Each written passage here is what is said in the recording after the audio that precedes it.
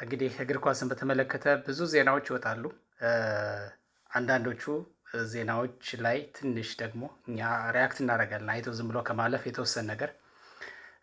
ሰሞኑን ከወጡት ዜናዎች መካከል ደግሞ የሊቨርፑል አሰልጣኝ አርነ ስሎት ያነሱት ሀሳብ መነጋገሪያ ሆኗል። በእርግጥ እሳቸውም ሌሎቹም አሰልጣኞች እንደዚህ ያነሱታል ይህን ጉዳይ።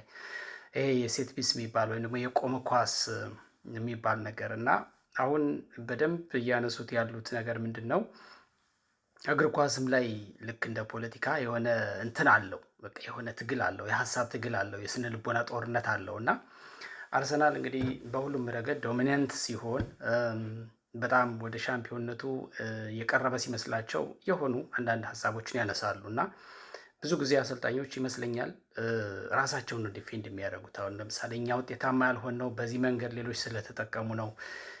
እንደገና ደግሞ አሁን የእግር ኳሱ ውበት ጠፍቷል ምናምን ይላሉ።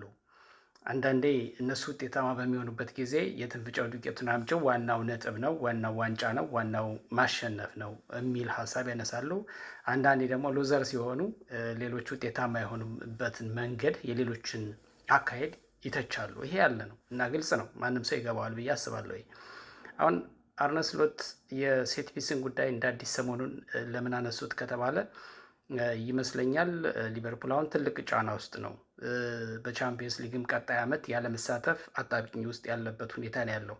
ያለፈው ዓመት ሻምፒዮን ነው፣ ግን በዚህ ዓመት ሻምፒዮን የመሆኑ ነገር ያው ሂሳባዊ ስሌት ውስጥ ቢኖርም ግን ደግሞ በጣም የሚታሰብ አይሆንም። እንዲያውም የአውሮፓ ቻምፒየንስ ሊግ ተሳትፎውን ካረጋገጠም ራሱን የቻለ ትልቅ ስኬት ነው ተብሎ ይወሰዳል። ከዛ ውጪ በአውሮፓ ቻምፒየንስ ሊግ ያው ያለበት ሁኔታ ይታወቃል። ጥሩ ነው፣ ጥሩ ሁኔታ ላይ ነው ያለው። ግን ቀጣይ ተጋጣሚዎቹን በምን ያህል መንገድ ረድቶ ያልፋል የሚለው ነው አሳሳቢ ነገር። አሁን ወደ ዋናው ቁም ነገር ስንመጣ አርነ ስሎት ሴት ፒስን ለምንድን ነው በዚህ ልክ ያጣጣሉት? ማለት ልክ ሊጉን እንደገደለ ሊጉ በቃ እንደተበላሸ በቃ መልኩ እንደጠፋ በሴት ፒስ ምክንያት ያነሳሉ። እንግዲህ በሴት ፒስ በአብዛኛው አርሰናል ውጤታማው የሚባል ክለብ ነው በእንግሊዝ ፕሪሚየር ሊግ። እንደው በአውሮፓም ቢሆን ብንለው በጣም በሴት ፒስ የታወቀና አሁን ላለበት የውጤት ደረጃ እንዳውም በዛ የተጠቀመበት መንገድ በአብዛኛው የሚገለጽ ነው። ግን ሴት ፒስ ምንድን ነው? ሴት ፒስ ራሱን የቻለ አንድ ታክቲክ አይደለም ወይ? በእግር ኳስ ውስጥ ለምሳሌ በእግር ኳስ ፍልስፍና ምንድን ነው? ኦፍኮርስ እግር ኳስ አርት ነው፣ ተመልካቾችን ማዝናናት አለበት። ግን ደግሞ ውጤት ከሌለው አርት ብቻውን ደግሞ ዋጋ የለውም። ለምሳሌ አርሰናል ምርጥ ጨዋታ ይጫወት በነበረበት ጊዜ፣ ቶታል ፉትቦልን መሰረት አድርጎ ይጫወት በነበረበት ጊዜ የቲኪታካ አጭር ቅብብል ልክ እነ ባርሴሎና ሌሎችም ፍልስፍና ተብሎ የሚጠራው አይነት ስታይል ይጫወት በነበረበት ጊዜ በእንግሊዝ ፕሪሚየር ሊግ ለበርካታ ዓመታት ግን ውጤትን ሉዝ ሲያደርግ ሉዘር ነው የሚባለው። ዋንጫ ሚስ የሚያደርግ ዋንጫ የማያገኝ ምናምን ነው የሚባለው። በሌላ መንገድ ለምሳሌ ጆዜ ሞሪኖ የአውሮፓን እግር ኳስ የገደሉ ተብለው ነበር የሆነ ጊዜ። ምክንያቱም በቃ የተንፍጩ ዱቄቱን አምጪው አይነት ነገር ነው። እነ ባርሴሎናን እነ ኢንተርን ይዘው ያቆሙበትን ጊዜ እና ብዙ ጊዜ የምንጠቅሰው ስለሆነ ነው እሱን ደጋግሜ የምጠቅሰው። ግን ሴት ፒስ እኮ አንዱ የእግር ኳስ ሳይንስ ዘርፍ ነው። አሁን ሴት ፒስ ሲባል የቆመ ኳስ ነው የምንለው እኛ አይደለም። ከማዕዘን የሚመታ ኳስ ሴት ፒስ ነው የሚባለው። ከየትኛውም የሜዳ ክልል ውስጥ ቅጣትም ሲገኝ እሱ ሴት ፒስ ነው፣ የቆመ ኳስ ነው። ኢቭን ጎል ኪክ ራሱ ሴት ፒስ ነው። በረኛው ወይም ግብ ጠባቂው መልሶ ወደ ተቃራኒ ቦታ ሲመታ ከጎል ክልል እሱ ሴት ፒስ ነው። ከማዕዘን ወይም ደግሞ ከየትኛው አቅጣጫ ወጥቶ በእጅ በሃንድ የሚወረወር ኳስ ራሱ ሴት ፒስ ነው። ስለዚህ ፔናልቲን ይጨምራል። ሴት ፒስ ነው፣ ያው የቆመ ኳስ ነው። ዞሮ ዞሮ ጨዋታው ኳሱ በመውጣቱ ምክንያት ሊሆን ይችላል፣ ጥፋት በመሰራቱ ሊሆን ይችላል። በየትኛውም መንገድ ኳሱ የኳስ ፍሎ ተቋርጦ እንደገና ሲጀመር እንደማለት ነው። ስለዚህ በዛ ሲስተም ኳስን እንዴት ልናስቆጠር እንችላለን? አንደኛ ከማዕዘን የሚመታን ኳስ ተሻምቶ ማስቆጠር ነው። ሁለተኛው ከየትኛውም የሜዳ ክልል ላይ በቅጣት ምት መጥቶ ጎል ማስቆጠር ነው። ዞሮ ዞሮ የቆመ ኳስን ወደ ጎል እንዴት መቀየር ይቻላል ነው። ሳይንስ ነው ብቻ ሳይሆን ለዚህ አሰልጣኝ ራሱን የቻለ ይቀጥራል። ፕሮፌሽናል የሆነ አሰልጣኝ ሳይንሱን በቅጡ የተረዳ ማለት ነው። ለምሳሌ አርሰናል ኒኮላስ እንግዲህ የምታውቁት ነው። በጣም የሴት ፒስ ስፔሻሊስት ተብሎ የሚባለው ነው። ውጤታማ ያደረገው ቲሙንም እሱ ነው ተብሎ ነው። ስለዚህ ለዚህ ሰውዬ ብዙ ገንዘብ ኢንቨስት አድርጓል አርሰናል። ኢንቨስትም እያደረገ ነው፣ እየከፈለ ነው። ሰውየውም ኃላፊነቱን በብቃት እየተወጣ ነው። ስለዚህ ምን ለማለት ነው፣ የትኛውም ክለብ የሴት ፒስ አሰልጣኝ አለው ብዬ ገምታለሁ።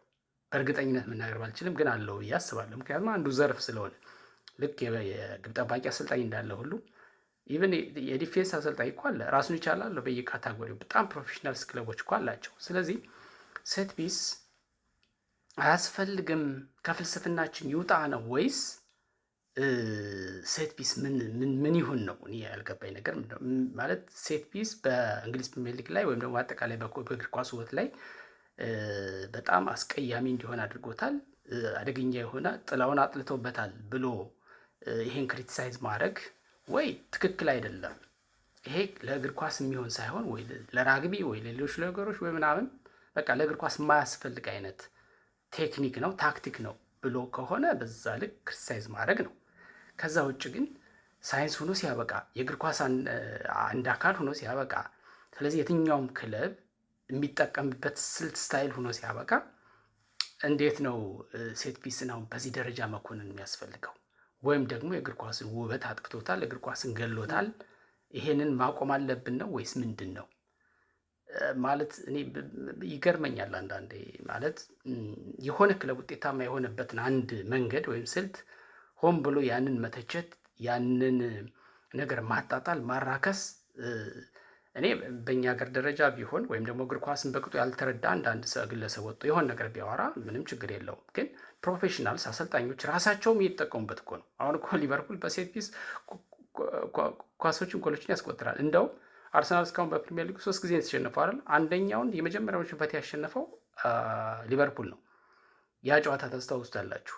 በጣም በቃ ዎኪንግ አይነት ጨዋታ በሜዳ ላይ የማያምር በመፈራራት ላይ የተመሰረተ በመከላከል ላይ የተመሰረተ በጥንቃቄ ላይ የተመሰረተ ጨዋታ በጣም የተበላሸ ጨዋታ ሲጫወቱ ብለው መጨረሻ ላይ በአይ ቲንክ 80 አካባቢ 78ኛ ወይ 80 አካባቢ ሶቤስ ላይ ያችን የቆመች ኳስ በሚያምር ቅጣት ምት አስቆጠራት። ዴቪድ ራያ በምንም ሁኔታ ሊያድን በማይችል ሁኔታ አስቆጠራት። 1-0 አሸንፈው ወጡ። ይሄ እኮ ሴት ፒስ ነው እንጂ በፍለው በፕሌይ በምናምን አይደለም። ግን በዛ ድል ግን ብዙ ሴሌብሬት አድርገዋል ራሳቸው አርነ ስሎት። ከድሉም በኋላ በድሉ ተኩራርተው ድሉ በቃ ይገባናል አይነት ነገር እኮ ሀሳብ ሰጥተዋል አይደለም እንጂ አይ በሴት ፒስ ስለሆነ ያገባ ነው ያሸነፍናቸው በዚህ ደስተኛ አይደለሁም አላሉ። አሁንም በቀጣይ በዚህ ዓመትም ደግሞ ፕሪሚየር ሊጉን ዋንጫ የመብላት አጋጣሚ ቢኖራቸውና ያንን መብላት የሚያስችለውን ውጤት ኮሙሌቲቭ ሪዛልቱን ይዘው በዚህ ሰዓት ቢገኙና አብዛኛውን ጎል ያስቆጠሩት በሴት ፒስ ቢሆን ኖሮ ራሳቸውን ክሪቲሳይዝ አያደርጉም በምንም መንገድ። ስለዚህ በቃ ምክንያት ፍለጋ ለውድቀት ምክንያት ፍለጋ ሌሎቹ እነሱን የበለጡበትን መንገድ ለማጣጣል የሚሄድበት ርቀት አንዳንዴ የእግር ኳስ ፕሮፌሽናሊዝሙ እንትን ይለኛል። እኔ ራሱ ግራ ስለሚገባኝ ነው ማነሳውና ሴት ፒስ አንዱ የእግር ኳስ አካል ነው። አንዱ የእግር ኳስ ቴክኒካዊ ፍልስፍና አካል ነው። አንዱ ስልት ነው፣ መንገድ ነው። አርሰናል በደንብ ሰራበት፣ ባለሙያ ቀጥሮ ውጤታማ ሆነበት።